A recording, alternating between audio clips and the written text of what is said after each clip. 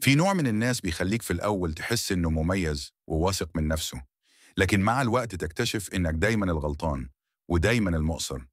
النوع ده هو الشخص النرجسي، بيبان في تصرفاته وطريقته في الكلام، ودي أهم علاماته. أول حاجة، بيحب نفسه أكتر من أي حد، شايف نفسه محور الكون وكل حاجة لازم تدور حواليه. لو كلمته عن مشكلتك هيحول الكلام لنفسه، ولو نجحت في حاجة هيتضايق بدل ما يفرح لك. تاني حاجة، بيعيش على الاهتمام والمدح، لازم دايما الناس تمدحه وتحسسه إنه مميز، ولو ما خدش الاهتمام الكافي هيزعل أو يعاقبك بالتجاهل.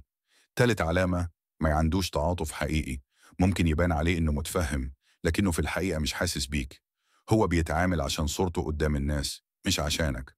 رابع حاجة، بيحب السيطرة، بيبدأ بأسئلة بسيطة زي ليه لبست كده، وبعد كده بيتدخل في كل تفاصيل حياتك، هدفه يسيطر على قراراتك عشان يحس إنه أقوى. خامس علامة، ما بيعترفش بغلطه أبدا، حتى لو كل الناس شايفة إنه غلطان هيبرر ويدافع عن نفسه، وممكن يقلب الترابيزة ويخليك تحس إنك أنت السبب. سادس حاجة، بيقلل من الناس اللي حواليه، يسخر من غيره عشان يبان هو الأفضل، أو يضحك على حد لمجرد إنه غيران منه. سابع علامة، بيستخدم الناس لمصلحته، يبقى لطيف طول ما هو محتاجك، وأول ما ياخد اللي عايزه يختفي أو يتغير.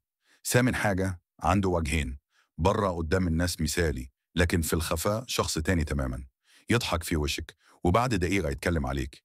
تاسع علامة، بيغير من الناس من غير ما يعترف، لو نجحت يقلل منك أو يغير الموضوع بسرعة، هو عايز دايما يكون الأفضل.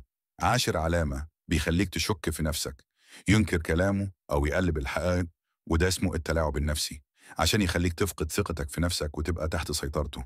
وأخيرا، يحب يبان ضحية، لما يغلط يقلب الدنيا ويخلي نفسه المظلوم عشان يكسب تعاطف الناس.